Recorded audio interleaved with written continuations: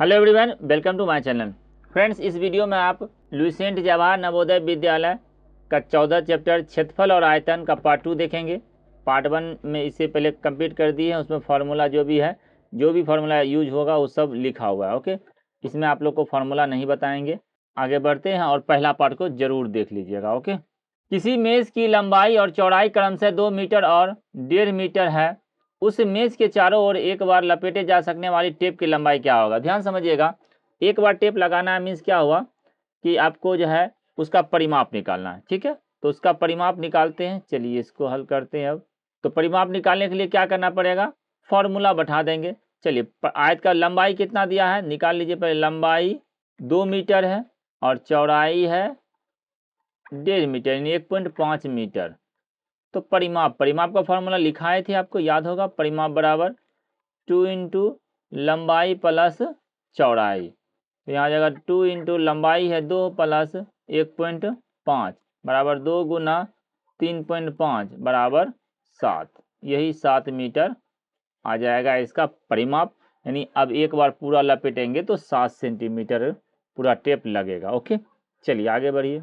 किसी आयत की लंबाई 8 मीटर एवं चौड़ाई 6 मीटर है। उस वर्ग की परिमाप ज्ञात कीजिए जिसका क्षेत्रफल उस आयत के क्षेत्रफल का 3 गुना है। देखिए ध्यान समझिएगा क्वेश्चन को। तो ये आयत का लंबाई चौड़ाई दिया है और यहाँ सवाल में कहा है वर्ग का क्षेत्रफल आयत का क्षेत्रफल का 3 गुना है।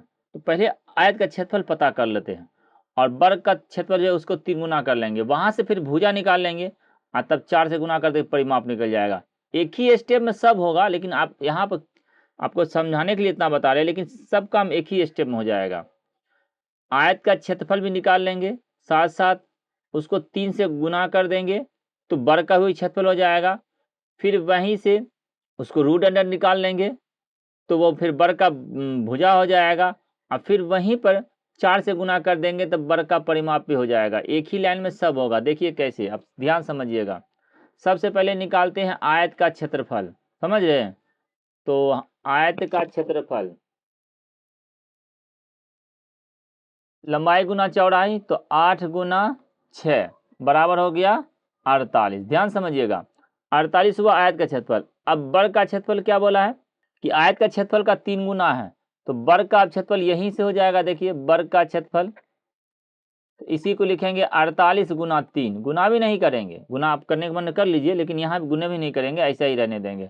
तो ये हो गया वर्ग का क्षेत्रफल, समझ गए। अब यहीं से निकाल लेंगे वर्ग की भुजा। देख रहे हैं ये सब डायरेक्ट करते हैं ना, वर्ग की भुजा। तो देखो इसको गुना करेंगे तो ये आ जाएगा 144, समझे। तो रूट अंडर 144, तो इसका निकल गया 12। देखिए है ना आसान। अब 12 निकल गया वर्ग की भुजा। अब कहा फिर परिमाप चाहिए हमको, तो परिमाप चाहिए तो इसको हम 4 से फिर गुना कर देंगे। वर्ग का परिमाप होता है 4 गुना भुजा, तो 12 चौका फिर 48 हो जाएगा मीटर। Option number A. अब इसको प्रैक्टिस कीजिए तो 1-2 स्टेप देखिए, प्रैक्टिस कीजिएगा, खुद अपना दिमाग भी लगाइएगा तो आप अलग ढंग से भी बना सकते हैं। एक प्रश्न जो है 5-6 प्रश्न तरीका से बनेगा, तो जो तरीका आपको अच्छा लगे। अभी फिलहाल एक ही तरीका बताए हैं। चलिए अगला देखिए। एक आयताकार मैदान 30 मीटर लंबा और 20 मीटर चौड़ा है। उसके चारों ओर कितनी बार चक्कर लगाने पर 5 किलोमीटर पूरा होगा। देखिए एक बार जाने पर वो कितना मीटर हो रहा है वो देखेंगे। तो एक बार मीटर यानी आयत का परिमाप, तो आयत का परिमाप हो जाएगा 2 इंटू लंबाई प्लस चौड़ाई बराबर हो जाएगा 2 गुना 50 बराबर 100 मीटर हुआ। ध्यान समझिएगा, एक बार घूमेगा तो वो 100 मीटर जाएगा। उसको जाना है 5 किलोमीटर मीन्स 5000 मीटर। तो बस सिंपल तो है 5000 मीटर। 5000 मीटर में अगर इसको हम 100 से भाग दे देंगे, क्योंकि एक बार घूमेगा तो 100 जाता है, तो टोटल वो 50 चक्कर उसको लगाना पड़ेगा। बात समझे। ऑप्शन नंबर बी इसका करेक्ट होगा। ये तो इजी था ना। अरे यहाँ से इस तरह मान लीजिए एक आयताकार मैदान है, यहाँ से एक बार ऐसे से घूमता है तो उसको 100 मीटर जाता है, यानी आयत का परिमाप दिया 100 हो गया। तो अगर हमको टोटल चलना है 300 मीटर तो क्या 3 चक्कर लगाएंगे। उसी प्रकार 5 किलोमीटर कहा तो उसको मीटर में कन्वर्ट कर दिए तो 5000 मीटर हो गया और 100 से भाग दिए तो 50 बार चक्कर लगाएंगे। बात समझे, आगे बढ़िए। एक आयताकार बगीचे की लंबाई 50 मीटर तथा चौड़ाई 20 मीटर है। इसके बाहर 7 मीटर का चौड़ा रास्ता है। रास्ते का क्षेत्रफल ज्ञात करें। इसको दो ढंग से बनाइएगा, तो हम आपको कोशिश करते हैं एकदम शॉर्ट तरीका बनाने का, बाकी आपको है ना बता देंगे कि और दूसरा तरीका क्या। एक तो तरीका है, देखिए ये एक आयत है, ध्यान समझिएगा, इसका लंबाई है 50 और चौड़ाई है 20। इसके बाहर में रास्ता है ना, तो बाहर में इस तरह का रास्ता है। तो एक तो तरीका हुआ कि इसका बाहर का लंबाई और बाहर का चौड़ाई पूरा निकाल लीजिए और उसको गुना कर लीजिए, और एक अंदर का लंबाई चौड़ाई अंदर का क्षेत्रफल निकाल लीजिए, घटा दीजिए, ये भी हो जाएगा। दूसरा तरीका होगा कि यहाँ से एक किसी को मिला देंगे। चलिए पहला तरीका में क्या होगा, लंबाई देखते कितना हो रहा है, लंबाई हो रहा है 50, इधर 7 और 7 14 जुटा, तो पहला 64 हुआ, चौड़ाई कितना हो गया 20, और 20 में 14 जोड़ेंगे ना, क्योंकि 7 7 है, तो 7 दूनी 14, 20 14 34। एक बार इसको गुना कर लेंगे, और ये अंदर में कितना है 5 दूनी 10, 1000 है, 1000 माइनस कर देंगे, आंसर हो जाए। इस दोनों खाली गुना करिए। सुनिए, अब रास्ता का क्षेत्रफल जो लिखेंगे, रास्ता का क्षेत्रफल, तो पहले पूरा रास्ता सहित आयत का क्षेत्रफल, समझे, लिखेंगे रास्ता सहित आयत का क्षेत्रफल, लिखते रहिएगा आप अक्षर में, लिखते माइनस, और ये जो पहला जो आयत था उसका क्षेत्रफल, समझे, यानी बगीचा का क्षेत्रफल। बात नहीं समझे, ये बगीचा है, ये बगीचा है, ये सब बगीचा हुआ, इसके बाहर में ये रास्ता बना हुआ है, समझे ना, ये 7 सेंटीमीटर है या 7 मीटर है, जो कहे।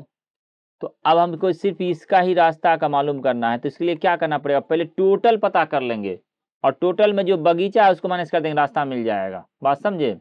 तो बगीचा का क्षेत्रफल, आइए अब यहाँ देखते हैं, तो ये जाएगा 64 गुना 34 माइनस, और ये जाएगा 50 गुना 20। तो चलिए थोड़ा इसको 2 अंक का गुना करेंगे, और यहाँ पर 5 दूनी 10, 1000 माइनस करना है, बस सिंपल है, आंसर हो जाएगा। अब ये 64 गुना 34 चाहे जिस ढंग से आए उसको गुना करिए, समझे। तो यहाँ से गुना करेंगे 64 और 34, 4 चौका 16 का 6 बाकी 1, 6 चौक 24 और 4 तिया 12, 24 12 36, 1 37 का 7 बाकी 3, और 6 तिया 18, 3 21, 21 हो गया 76, इसमें से 1000 घटा देंगे तो 11 76। ऑप्शन नंबर डी करेक्ट हुआ यहाँ पे, समझ गए। तो ये 2 अंक का गुना किए, आप लोग गुना करिएगा, हो जाएगा। हम 2 अंक का एक ही लाइन में गुना कर दिए, ओके। तो यही आंसर हो गया ऑप्शन नंबर डी। आगे बढ़िए। एक वर्गाकार खेत की भुजा 32 मीटर है, खेत का क्षेत्रफल ज्ञात कीजिए। अब भुजा जब दिया हुआ है तब वर्ग का क्षेत्रफल क्या होता है, भुजा गुना भुजा, तो 32 गुना 32। अब लिख लीजिए, वर्ग का क्षेत्रफल बराबर होता है भुजा स्क्वायर या भुजा गुना भुजा, तो 32 का स्क्वायर होता है 1024। यही आंसर हो जाए ऑप्शन नंबर बी करेक्ट। समझ में आया। चलिए आगे बढ़िए। यदि किसी वर्ग का परिमाप 16 है तो उसका क्षेत्रफल क्या होगा। देखिए वर्ग का परिमाप दिया है 16, तो वर्ग का भुजा क्या हो जाएगा, वर्ग की भुजा, वर्ग की भुजा हो जाएगा 16/4 बराबर 4। तो पूछा था क्षेत्रफल, क्षेत्रफल क्या करेंगे, अब इसका स्क्वायर कर देंगे, समझे। भुजा स्क्वायर होता है, वर्ग का क्षेत्रफल होता है भुजा स्क्वायर, यानी 4 का स्क्वायर बराबर 16। ऑप्शन नंबर डी करेक्ट होगा। 14 सेंटीमीटर भुजा वाली 25 समान वर्गों का क्षेत्रफल क्या होगा। देखिए 14 सेंटीमीटर भुजा है तो एक वर्ग का क्षेत्रफल कितना आ जाएगा, 14 गुना 14, चूंकि 25 है तो 25 से इसको गुना कर देंगे, समझ गए। अब देखिए 14 25 70, 14 25 70, यानी 70 गुना 70 बराबर 4900। ये आंसर हो जाएगा आपका, ओके। अब आप गुना कर लीजिए, 14 गुना 14 196, 196 या गुना 25, ये भी गुना करिए तो इतना ही आएगा, ओके। हम कैसे गुना किए, तो मेरा कुछ अलग रहता है, इसीलिए बोलते हैं आपको अगर बार बार वीडियो देखिएगा तो ट्रिक समझ में आएगा। जैसे हम क्या किए, इसमें 2 5 है ना, 5 गुना 5 है ना, 1 5 इसको गुना कर दिए 70 बना दिए, 1 5 इसको गुना के 70 बना दिए, तो 7 7 49, 2 को 0 बैठा दिए। ये सब भी सीखिएगा। हाँ उसके लिए थोड़ा सा पूरा वीडियो देखा करिए, कहाँ पे क्या फिर बोलते हैं वो सबको, वो सब सीखिएगा तब। एक वर्गाकार खेत को 3.20 रुपया प्रति मीटर की दर से घेरने में 208 रुपया खर्च होता है, तो उसकी भुजा क्या होगा? सिंपल, देखिए परिमाप पहले निकालेंगे। जिसे ये हुआ आयताकार, इसको टोटल घेर रहे हैं तो 208 लग रहा है, समझे, और 1 मीटर पर उसको पड़ रहा है 3.20 रुपया। तो इतना रुपया में कितना मीटर घेरा, यानी कि समझे, तो ये हो जाएगा 208 बटा 3.20, तो ये निकल जाएगा परिमाप, ध्यान दीजिएगा। और पूछा है भुजा, तो भुजा के लिए क्या करेंगे, इसमें 4 से भाग देंगे, परिमाप में 4 से भाग देंगे क्योंकि वर्ग है ना, तो ये वर्गाकार है, ये खींचा गया है लेकिन ये वर्गाकार है, तो इसका जो है ना भुजा 4 से भाग देंगे तो ये परिमाप को 4 से भाग देंगे तो भुजा निकल जाता है। ओके, तो यहाँ से दशमलव उड़ाएंगे, ऊपर जाएगा 100, यहाँ आ जाएगा ये 4।